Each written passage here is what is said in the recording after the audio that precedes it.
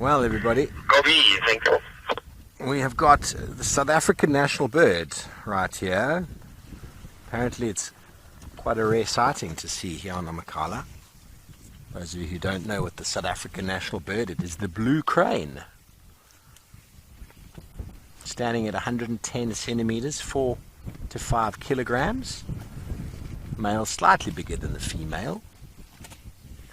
Now, quite common down in the Cape towards Cape Town with a lot of the fields that have been manipulated for agriculture.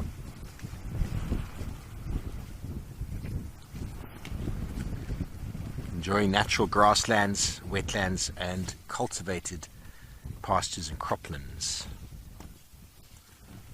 Very nice to see.